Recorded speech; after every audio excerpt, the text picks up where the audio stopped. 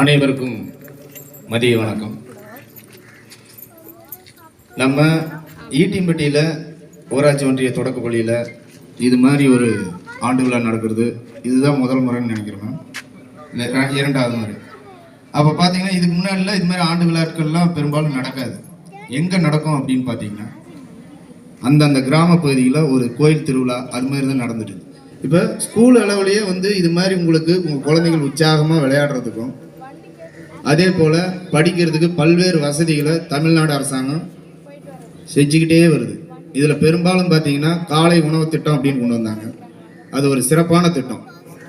அது காலையில் குழந்தைங்களை நம்ம சாப்பிட வச்சு அவங்களுக்கு சாப்பாடு தயார் பண்ணி ஒவ்வொரு பெற்றோர்களும் அவங்கள எழுப்பி ரெடி பண்ணி அனுப்புறது ரொம்ப சிரமமாக இருந்துச்சு. இப்போ அந்த கவலையே இல்லை.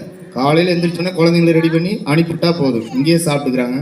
மதிய சாப்பாடு இருக்குது. இது மாதிரி நிறைய கவர்மெண்ட்டு நம்ம குழந்தைங்களுக்கெல்லாம் சலுகைகள் கொடுத்துட்டே இருக்கு. இதெல்லாம் பெற்றோர்கள் பயன்படுத்தணும். சின்ன குழந்தைங்க தானே அப்படின்லாம் நினைக்காதீங்க. சின்னதுலேருந்து தான் அவங்களுக்கு நல்ல விஷயங்களும் பகுத்தறிவும் வளரும். வளர்ந்ததுக்கப்புறம் எந்த அறிவாற்றலும் வளராது. அதனால் குழந்தைங்களை இப்போ இருந்தே அரசு பள்ளியில் பெரும்பாலும் சேர்த்து அதன் மூலிமா பயன்படுறதுக்கு எல்லாரையும் கேட்டுக்கிறேன். இன்னொரு முக்கியமான விஷயம் என்னன்னு பார்த்தீங்கன்னா, ஐயா சொன்னார், மருத்துவர் ஐயா இப்போ பேசினார், ரொம்ப அருமையான கருத்துனையா. உண்மைதான். நான் ஒரு உடற்கல்வி ஆசிரியர் படித்திருந்தால் நானும் ஒரு உடற்கல்வி ஆசிரியர் ஆகியிருப்பேன். நம்ம அரூர் தருமபுரி மாவட்டத்தில் கூட ஒரு சிலம்பம் மட்டும் இல்லாமல் பல்வேறு கலைகளை கற்றுக் கொடுக்குற மிகப்பெரிய ஒரு பொறுப்புலையும் கூட இருந்திருக்கலாம். 5வது மேலே தாண்டாத ஒரே காரணம், நான் இப்போ ஒரு அகாடமி ஒரு சிலம்பத்தை மட்டும் பண்ண வேண்டிய ஒரு சூழ்நிலை. காரணம் படிப்பு.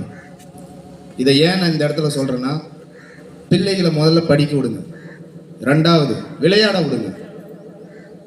செல்ஃபோன் டிவி பார்க்க விடாதீங்க தயவுசெய்து. குழந்தைங்க மாறுறதுக்கு